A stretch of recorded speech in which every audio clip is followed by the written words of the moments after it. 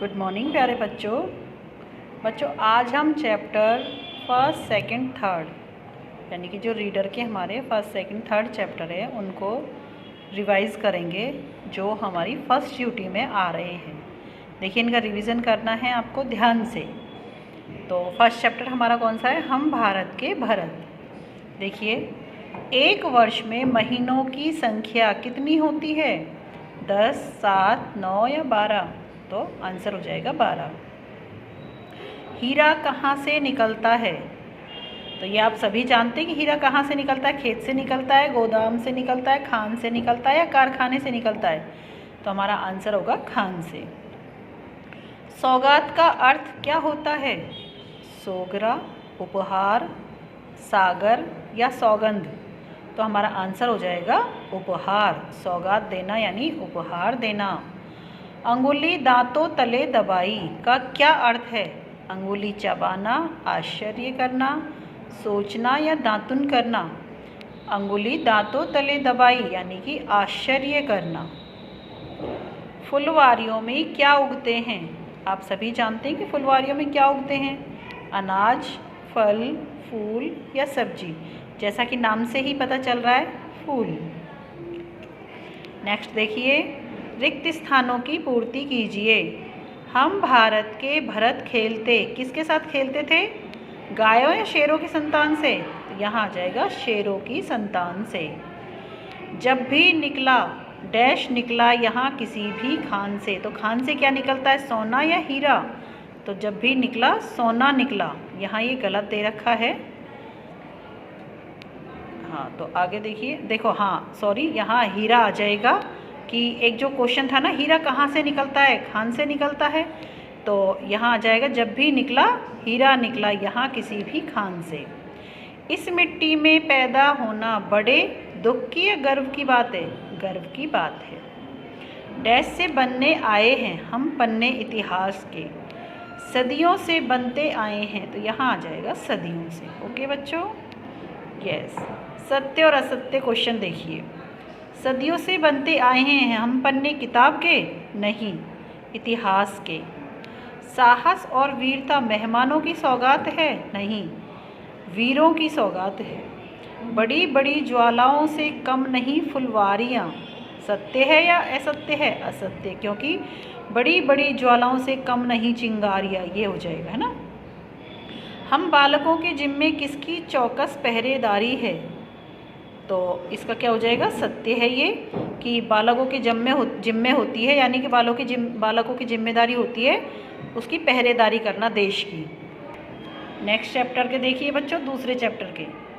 कौन सा है दूसरा चैप्टर हमारा? मेहनत की कमाई।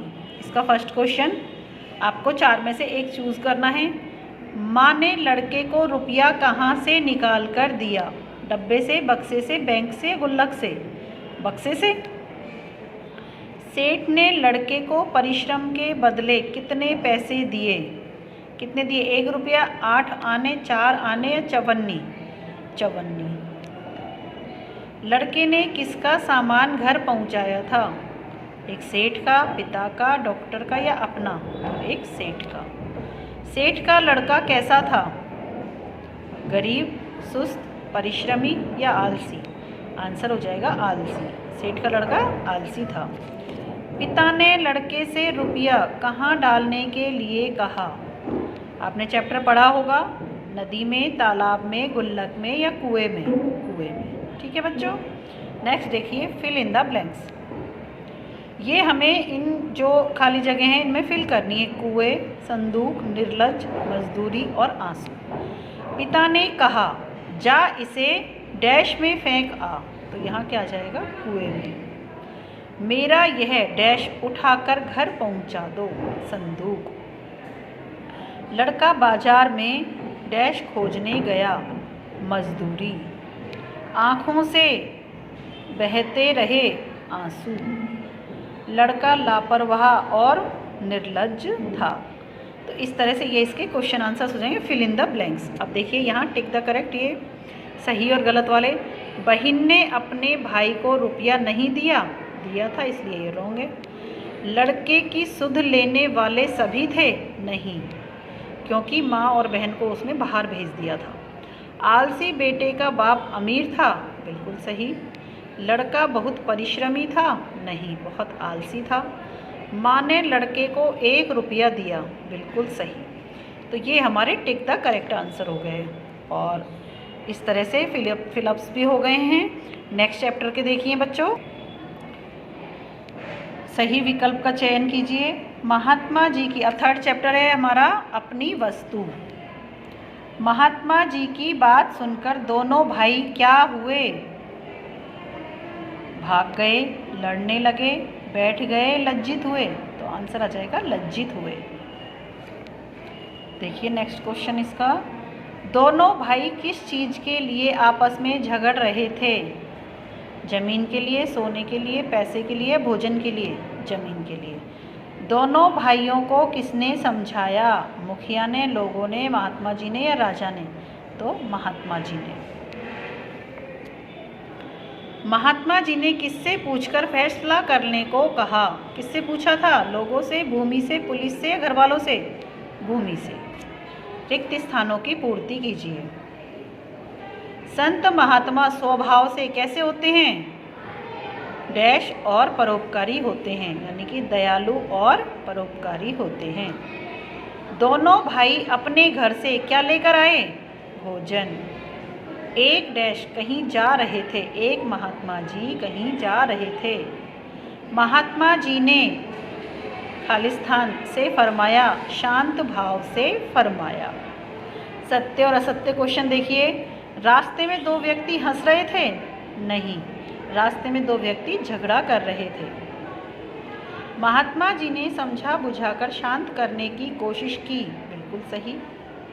महात्मा जी ने कहा कि फैसला राजा से पूछकर करेंगे, नहीं, भूमि से पूछकर। जब दोनों भोजन से निवृत्त हुए तो काफ़ी शांत थे, नहीं, भोजन से निवृत्त हुए उसके बाद उन्हें जिज्ञासा थी कि अब हमारा क्या वो होगा। क्वेश्चन मतलब जो हमने पूछा है महात्मा जी से, उसका आंसर अब हमें मिलेगा कि हम दोनों भाइयों को क्या करना चाहिए। अब हम पढ़ेंगे व्याकरण के टॉपिक, जो हमारे कौन कौन से संज्ञा, लिंग और वचन। तो उनके देखिए संज्ञा, इसकी परिभाषा देखिए। जिन शब्दों से किसी वस्तु, प्राणी, व्यक्ति अथवा स्थान आदि के नाम का बोध होता है उसे संज्ञा कहते हैं। जैसे सचिन क्रिकेट खेलता है, तो सचिन यहाँ संज्ञा है। सचिन किसी व्यक्ति का नाम है, इसलिए ये व्यक्तिवाचक संज्ञा है। संज्ञा के भेद, इसके 3 भेद होते हैं, व्यक्तिवाचक संज्ञा, जातिवाचक संज्ञा और भाववाचक संज्ञा। अब देखिए बच्चों, व्यक्तिवाचक संज्ञा में क्या आ जाएगा? किसी विशेष व्यक्ति, वस्तु या स्थान, प्राणी का नाम। ये देखिए, विशेष व्यक्ति, वस्तु और ये स्थान। व्यक्ति सुरेश और रजनी, वस्तु ताजमहल, स्थान मुंबई और प्राणी शेर।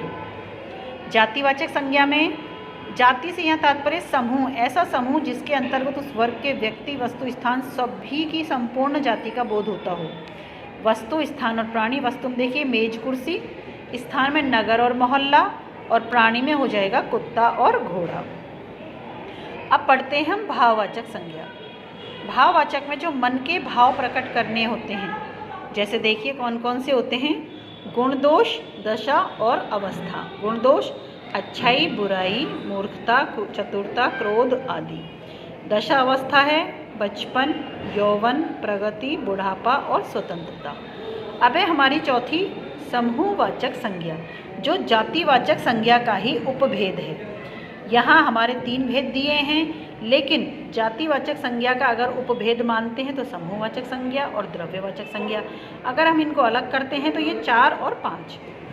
जिस संज्ञा शब्द से किसी समूह का बोध होता हो, जैसे सभा, दल, गुच्छा, मंडल आदि। द्रव्यवाचक संज्ञा, जिन संज्ञा शब्दों से माप तोल की जानकारी का पता लगता हो, जैसे लोहा, सोना और दूध, जिसमें द्रव्यवाचक हो, यानी कि जो लिक्विड फॉर्म में होती हैं, उन्हें कहा जाता है द्रव्यवाचक संज्ञा। संज्ञा किसे कहते हैं, संज्ञा के कितने प्रकार की होती है, संज्ञा से क्या कार्य होते हैं। तो इस तरह से हम यहाँ पढ़ चुके हैं कि किसी व्यक्ति, वस्तु, स्थान या प्राणी के नाम को संज्ञा कहते हैं। इसके 3 भेद होते हैं। तो आगे हमारा टॉपिक है लिंग। देखिए बच्चों, लिंग से तात्पर्य है किसी संज्ञा शब्द के स्त्री या पुरुष होने की पहचान, इसलिए लिंग 3 प्रकार के होते हैं, लेकिन हिंदी में तो 2 ही होते हैं, स्त्रीलिंग और पुल्लिंग। नपुंसक लिंग ये होता है संस्कृत में। लिंग की पहचान, चेतन प्राणियों यानी प्राणीवाचक में लिंग प्राकृतिक होते हैं, जैसे लड़का का लड़की, मोर का मोरनी, मुर्गा का मुर्गी। और अचेतन प्राणियों में देखिए प्राकृतिक लिंग नहीं होता, उन्हें व्याकरण में पुल्लिंग या स्त्रीलिंग मान लिया जाता है, जैसे पुल्लिंग में पंखा, कागज और दरवाज़ा, और स्त्रीलिंग में कुर्सी, पेंसिल और खिड़की। तो इस तरह से हम यहाँ इनकी पहचान करते हैं। पुल्लिंग से स्त्रीलिंग बनाने के नियम, यहाँ देखिए हम क्या क्या जोड़ेंगे इनमें, आ, इया, ईका, ई, इन, आइन, आनी और नी, ये सब प्रत्यय हम जोड़कर स्त्रीलिंग बनाएंगे। देखिए शिष्य, शिष्या, वृद्ध, वृद्धा, प्रिय, प्रिया, सुत, सुता। ऐसे ही ए और ए को आ में बदल देंगे, बंदर, बंदरिया, चूहा, चूहिया, बूढ़ा, बुढ़िया, लोटा, लुटिया। और ऐसे यहाँ देखिए शब्द के अंत में ए आ के स्थान पर ई हो जाएगा, दास का दासी, पुत्र का पुत्री, बेटा बेटी, मामा मामी, देव देवी, बकरा बकरी। अब हम इसके बाद करेंगे वचन। वचन 2 प्रकार के होते हैं, एक वचन और बहुवचन। तो एक वचन में जो एक होते हैं और बहुवचन में जिसमें बहुत सारे होते हैं, एक से अधिक होते हैं, वो हो जाएगा हमारा बहुवचन। तो इस तरह से बच्चों हमारा ये जो टॉपिक हैं लिंग, वचन और संज्ञा, ये हमारे अब कंप्लीट हुए हैं। आपका रिवीजन वर्क कंप्लीट हो गया है। जो मैं क्वेश्चन आंसर्स भेजूंगी उनको आप अच्छे से लर्न कर लेना, तभी आप अच्छे से पेपर दे पाओगे। ठीक है, all the best, thank you.